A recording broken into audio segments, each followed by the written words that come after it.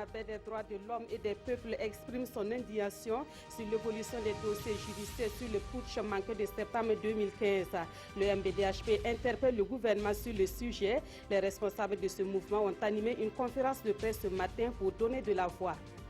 Le Japon met à la disposition du Burkina Faso plus d'1,850 milliard de francs CFA dans le cadre du CAE 2016. Cette somme servira à constituer des stocks de riz qui devront être vendus à prix social aux populations. La convention de financement a été signée ce jeudi entre les deux parties. À l'étranger, le candidat Donald Trump est fier de son état de santé. Profitant de la polémique entourant la santé de sa rivale Hillary Clinton, le candidat républicain brandit un document signé de son médecin, un document qui prouverait son excellent état de santé. Bonsoir, merci de suivre ce 20h de la RTB. Tout d'abord, revenons sur le Conseil des ministres d'hier qui a vu la nomination de 5 ambassadeurs. Parmi eux, il y a 2 anciens ministres de la transition. Allons donc à la découverte de ceux qui auront la tâche de faire rayonner la diplomatie burkinabé dans leur pays d'accueil. Et c'est dans cet élément signé de Sanoua Christine Koulibaly.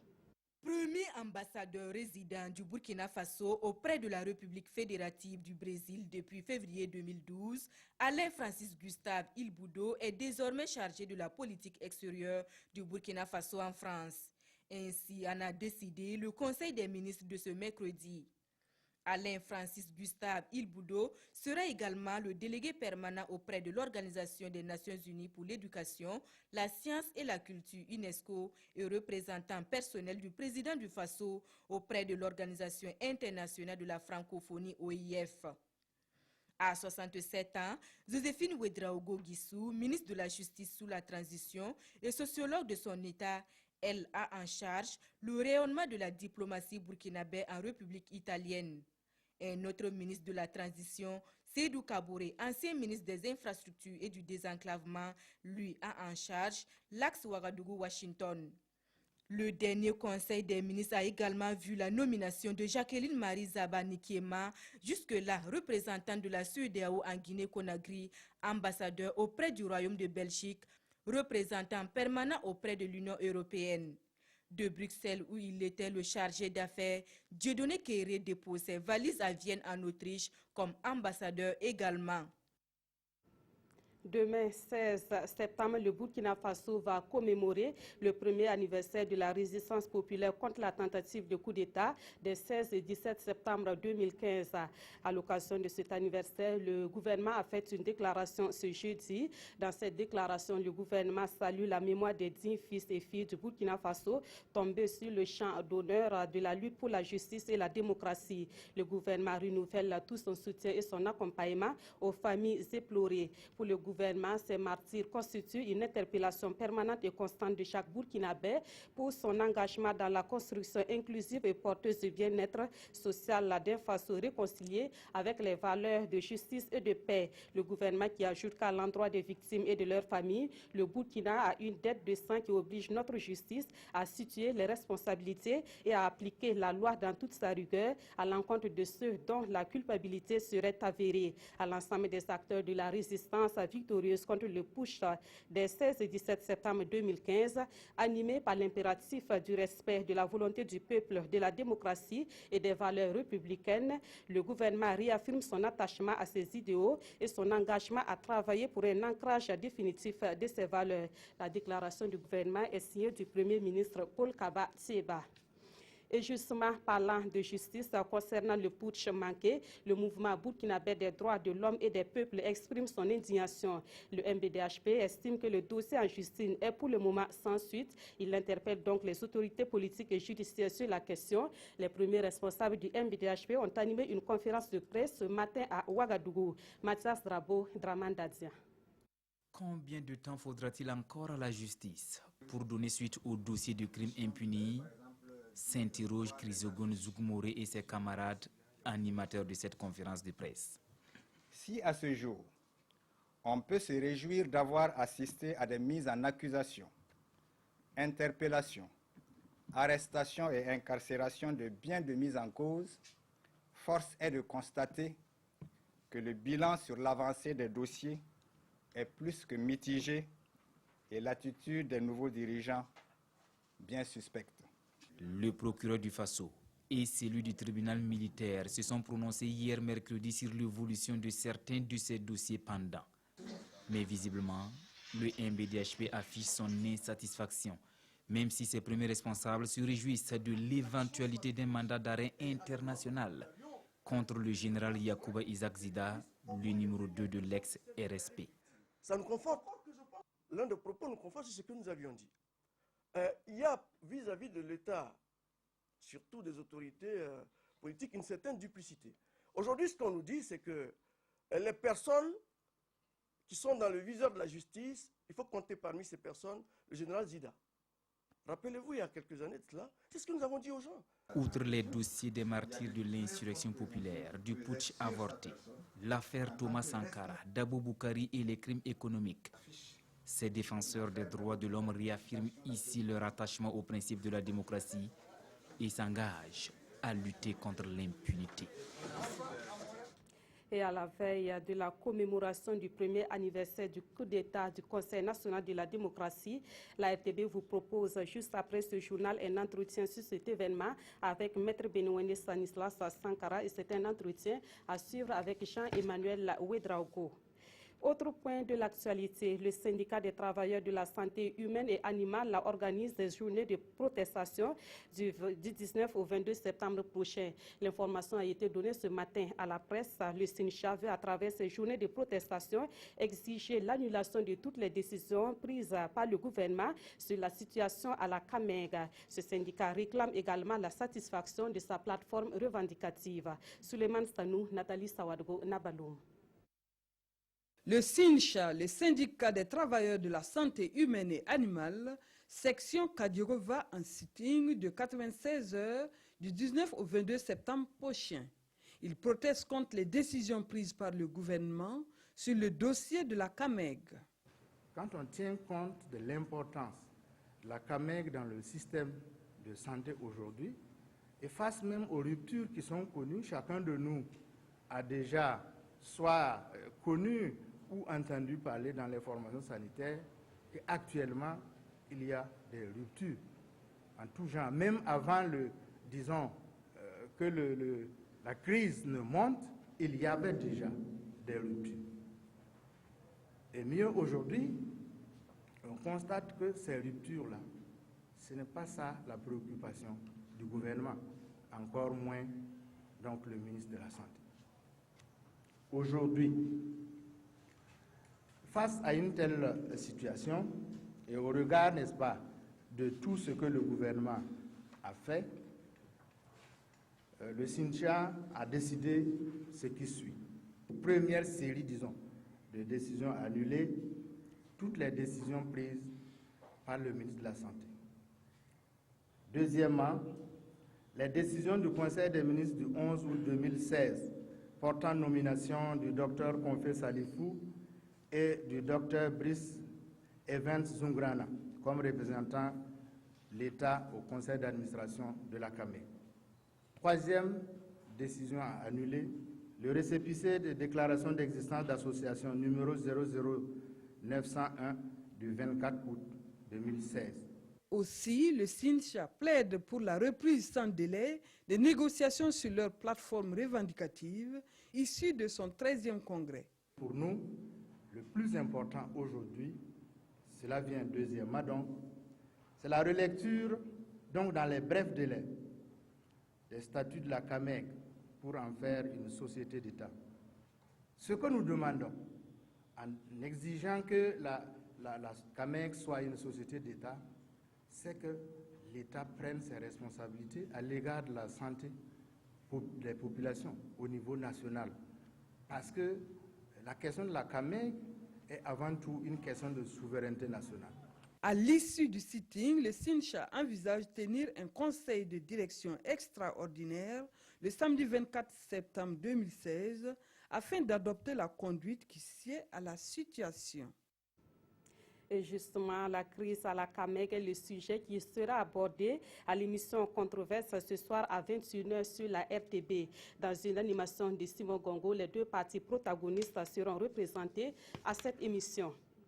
Les acteurs du système de santé font le bilan du recrutement des agents de santé à base communautaire. On apprend que près de 18 000 agents ont été recrutés pour appuyer la mise en œuvre de la politique nationale de promotion de la santé. Après le recrutement, quelle sera la prochaine étape pour la participation effective de ces agents à la promotion de la santé? La réponse à cette question sera trouvée à la rencontre qui se tient depuis ce matin à Koudougou. Ibrahima Sombier et Omar Zambri. 23 semaines après le lancement de la phase de recrutement des agents de santé à base communautaire, l'heure est au bilan. Et c'est ce qui réunit ici tous les acteurs du système sanitaire. Le recrutement s'est déroulé dans les 13 régions sanitaires du Burkina. Le bilan sera fait aujourd'hui et après ce bilan, nous allons passer à l'étape de formation des agents de santé à base communautaire pour leur donner les compétences pour pouvoir exercer leur rôle au niveau de la société. Plus de 17 000 agents de santé ont été recrutés sur l'ensemble des 13 régions du Burkina Faso. Ces agents de santé à base communautaire auront pour tâche principale d'apporter un soutien aux agents de santé de leur formation sanitaire. Ils seront aussi à mesure d'administrer des soins curatifs et promotionnels préventifs, toutes choses que saluent et soutiennent les partenaires techniques et financiers. Chaque fois qu'il y a une bonne décision politique, nous sommes là. Nous sommes par exemple aujourd'hui venus voir tout le travail qui a été fait pour le recrutement. Mais il faudrait voir comment l'encadrer, comment motiver, comment voir leur travail, ainsi de suite, pour les accompagner, voir que ça va se passer dans de bonnes conditions et surtout que ça ait un impact positif. Ces agents de santé ont été recrutés selon un quota de 2 agents par village. Ils seront opérationnels dès le mois d'octobre, après leur formation. Autre point de l'actualité ce soir, plus d'1,850 milliard de francs CFA. C'est l'enveloppe financière que le Japon octroie au gouvernement burkinabé dans le cadre de la KR 2016. Cette somme permettra au gouvernement de constituer un stock important de riz à revendre à prix social aux populations. La convention de financement a été signée ce jeudi entre les deux parties, Issaka Ouedraogo et Draman Guéné. Voici matérialisée la KR 2016, l'aide alimentaire japonaise au Burkina. C'est environ 1,850 milliard de francs CFA que le pays du soleil levant donne au gouvernement burkinabé. Cette somme non remboursable permettra au Burkina d'acheter du riz et de le revendre à prix social aux populations vulnérables. C'est l'autorité burkinabé et à travers la SONAGES est obligée de constituer le fonds de contrepartie en cédant le riz à la population à prix raisonnable. Ce fonds sera utilisé pour réaliser le développement socio-économique au Burkina Faso. D'ailleurs, on a déjà réalisé à travers ce fonds de contrepartie plusieurs projets tels que j'ai déjà mentionné dans mon discours, la construction d'échangeurs de l'Ouest et la construction de pavillons soleil levant de Siao. Depuis 1994, le Japon a toujours soutenu le Burkina dans le cadre de l'aide alimentaire à la stabilisation du prix des céréales sur le marché. C'est l'occasion pour moi d'insister encore sur la coopération entre nos deux pays et surtout de dire à nos partenaires japonais que nous comptons beaucoup sur leur participation à la future table ronde des bailleurs de fonds, notamment que ce soit le gouvernement directement ou la JICA. Le Japon soutient aussi le Burkina dans la production des semences améliorées et la promotion d'une agriculture orientée vers le marché. L'épouse du chef de l'État encourage les productrices de niébé dans la région du Nord. Sika Kabouré était à la tête d'une délégation qui s'est rendue sur quelques champs avant d'échanger avec les femmes regroupées en association. Elle a pu ainsi s'enquérir des conditions de travail de ces femmes.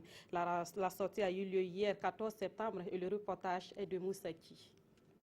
Culture de 2 variétés du niébé, comme Calais et Tiligré, avec un même objectif, lutter contre la faim et la pauvreté dans la région du Nord. Ce sont les groupements Télégonoma du Passoré, Sougrinoma du Zondoma et Watinoma du Yatenga qui se sont investis dans la production de ces variétés précoces dont la durée pour récolte est comprise entre 65 et 70 jours. Les sites de ces différentes productrices ont été visités par l'épouse du président du Faso et dont la plupart des plans sont au stade de floraison et de formation de gousses. Ce que nous, on reçoit dans notre travail, on peut dire que, en tout cas, ça nous aide un peu à pouvoir au moins aider la famille envers la santé et la scolarité de nos enfants. La première dame du Faso est donc là pour encourager ses productrices et leur exprimer tout son engagement à soutenir cette filière qui fait partie des légumineuses. Je suis vraiment heureuse de voir que la culture du niébé a vraiment pris son envol. Comme vous le savez, c'est une culture que nous encourageons beaucoup, compte tenu de son potentiel nutritif, et ensuite compte tenu de ce que ça permet aux femmes d'être plus ou moins autonomes financièrement. La tournée de la première dame a été aussi marquée par la visite des expositions de produits locaux et des échanges avec les productrices à la mairie de Waiguia. Des échanges qui ont porté sur les problèmes qui minent la filière niébé, comme l'inaccessibilité et la cherté des intrants et matériels agricoles, le manque de magasins de stockage. À toutes ces préoccupations, la première dame et le ministre de l'Agriculture, Jacob Ouédraogo, ont rassuré ces actrices du soutien de l'État burkinabé et de ses partenaires pour faire de cette filière un pôle de développement du Burkina Faso. La phase numéro 1 du programme national du secteur rural est en fin d'exécution. Ce programme avait été adopté en 2012 par le gouvernement qui songe déjà à la mise en œuvre de la deuxième phase du dit programme. Après l'étape de l'élaboration, une campagne de sensibilisation sur ce programme a été lancée ce matin à Ouagadougou. Jean Zongo, Estelle Judith Assorba. Le Burkina Faso veut se doter d'un nouveau cadre de planification des actions de développement pour la période 2016-2020. Il s'agit de la deuxième phase du programme national du secteur rural. Il faut que nous puissions corriger ce qui n'a pas marché avec le PNSR 1 et prendre en compte donc toutes ces observations. La première insuffisance, c'est qu'il y a beaucoup d'acteurs qui se sont plaints qu'ils n'ont pas été associés. Donc, cette fois-ci, nous allons corriger ça. Ensuite, il y en a beaucoup ont dit qu'on n'a pas vu sur le terrain réellement la mise en œuvre du PNSR. Et donc, dans ce contexte-là, nous envisageons ce qu'on appelle la régionalisation du PNSR. Pour réussir les travaux de formulation de cette seconde phase, un projet de note conceptuelle assorti d'une feuille de route a été élaboré. À cette rencontre, le groupe d'acteurs du secteur rural que sont les organisations professionnelles agricoles, le secteur privé rural et les organisations de la société civile prennent connaissance de son contenu. Ces insuffisances ont été prises en compte dans la feuille de route. Maintenant, c'est comment ça va être pris en compte, c'est ça qui sera discuté ultérieurement. Pour l'instant, nous leur dites nos ambitions et on attend maintenant de voir en fait quelles sont les observations qu'ils vont faire par rapport à ça. Il s'agit à terme d'obtenir l'adhésion et l'engagement de ces acteurs pour la mise en œuvre des activités identifiées. La première phase du programme national du secteur rural avait été adoptée pour assurer la sécurité alimentaire et nutritionnelle des populations et contribuer à une croissance économique forte et à la réduction de la pauvreté. Pour la première fois, le Conseil supérieur de la communication se dote d'un plan stratégique. Environ 9 milliards de francs CFA devront être mobilisés pour la mise en œuvre de ce plan. Et c'est un plan qui va s'étaler sur 4 ans et dont la première phase va de 2017 à 2021. Cette première phase a été présentée aux partenaires techniques et financiers du CSC, Paul-David Bambara et Yolande Lompo. Le Conseil supérieur de la communication se dote d'un plan stratégique 2017-2021 après une vingtaine d'années d'existence. Cette feuille de route permettra à l'institution de valoriser ses missions. Subdivisé en 2 phases, le premier programme qui s'étend de 2017 à 2019 a été présenté aujourd'hui aux partenaires techniques et financiers. Son élaboration a suivi une démarche inclusive prenant en compte les préoccupations et les propositions de ces derniers. Il y a principalement 2 axes stratégiques. Un axe qui concerne, on va dire, la régulation, l'optimisation de la régulation, et un axe qui concerne le développement institutionnel, c'est-à-dire le renforcement des capacités du CSC. De 2017 à 2019, il y a 77 actions qui ont été retenues, et ces 77 actions vont produire un ensemble de résultats. Et il y a aussi l'évaluation financière des actions. Le premier plan d'action là va coûter 8 milliards. La mise en place d'une cellule de coordination afin d'assurer le suivi et évaluation et l'établissement d'une cohésion au sein du collège des conseillers sont entre autres des éléments à prendre en compte pour la réussite des projets et actions futures du CSC. Dans l'actualité également, le commissariat général du Salon international de l'artisanat de Ouagadougou a été installé ce jeudi. Le défi à venir pour cette équipe est l'organisation de l'édition 2016 du CIAO. Cette édition est prévue se tenir du 28 octobre au 6 novembre 2016. Le ministre en charge de l'artisanat attend, entre autres, de ce commissariat général du CIAO la mise en œuvre des innovations relatives aux TIC pendant le CIAO. Plus de précisions avec Yacouba Gamine et Aimé Solange Guigma. Dans moins de 45 jours, Ouagadougou va vibrer au rythme du Salon international de l'artisanat africain. Voici l'équipe, ou du moins quelques membres de l'équipe du commissariat général du Salon chargé de l'organisation de l'événement. Composé d'un coordinateur, de 4 superviseurs, de 2 chargés de mission, de 8 conseillers, d'un secrétariat général et de 16 commissions, ce commissariat général du Salon a pour mission de réussir la mise en œuvre des innovations du CIAO, édition de 2016. Il y a le fait que désormais, au niveau de chaque pavillon, nous aurons donc des points qu'on a dénommés I, c'est pour dire que l'informatique sera donc installée dans tous les pavillons. Il y a aussi cette faculté aujourd'hui donc de faire ses réservations de stand et même aussi payer ses tickets par voie informatique, c'est-à-dire tout sera fait donc en ligne. Et puis il y a également un point innovant qui concerne donc le pôle de région du Burkina Faso. Désormais, chaque région donc fera son exposé et viendra étaler effectivement les potentialités de sa zone. Pour relever ce challenge, le coordinateur général chargé de l'organisation du salon appelle à l'engagement de tous pour le rayonnement de la Biennale de l'artisanat africain. Le CIAO, de plus en plus, est une manifestation qui est plus ou moins dupliquée dans certains pays. Et il est donc de bon temps que nous puissions véritablement nous organiser et travailler surtout en équipe pour relever vraiment ce défi.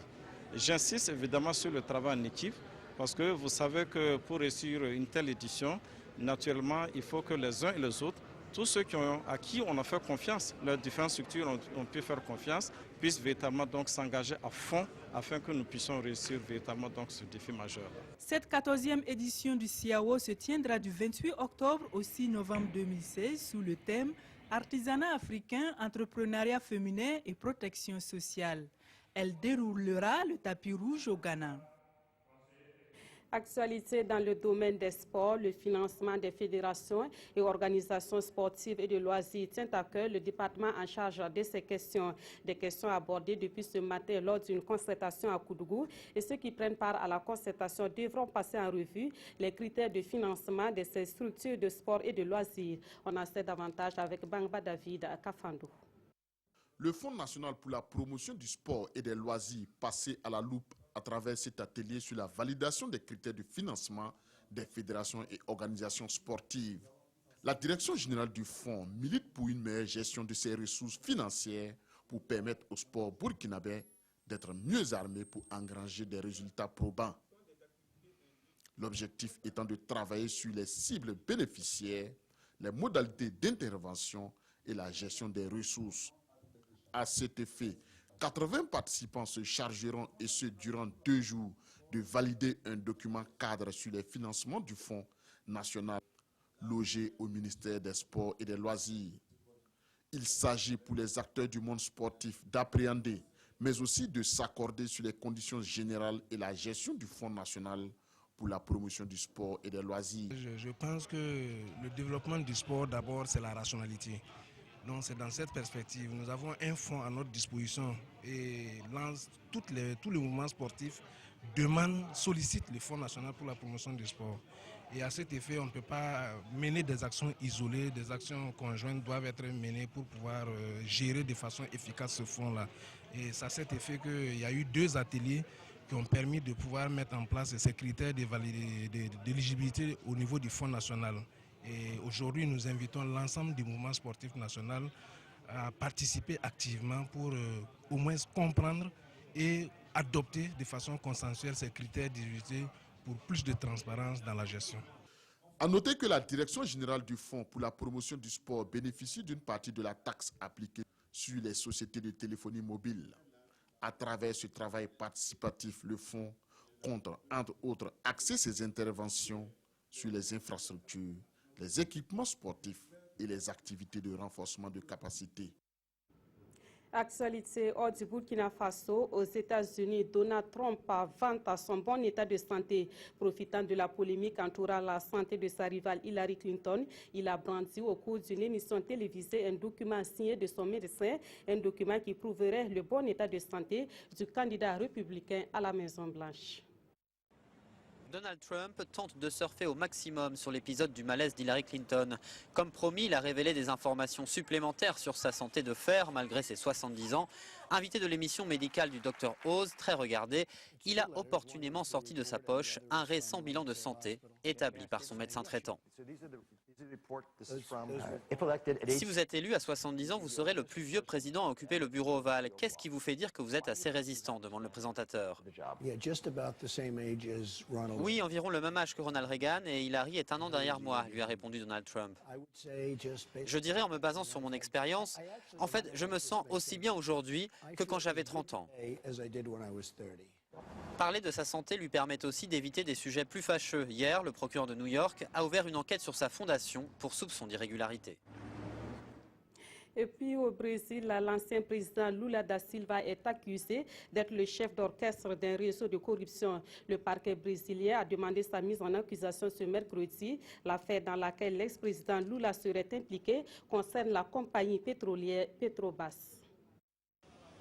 Au Brésil, les ennuis judiciaires se poursuivent pour Lula. Le parquet fédéral a demandé la mise en examen de l'ex-président pour corruption et blanchiment d'argent dans le cadre du scandale Petrobras. Pour le procureur, Lula a joué un rôle central. Le parquet fédéral accuse Luiz Inácio Lula da Silva d'être le chef suprême du réseau de corruption identifié par l'enquête Lava Jato.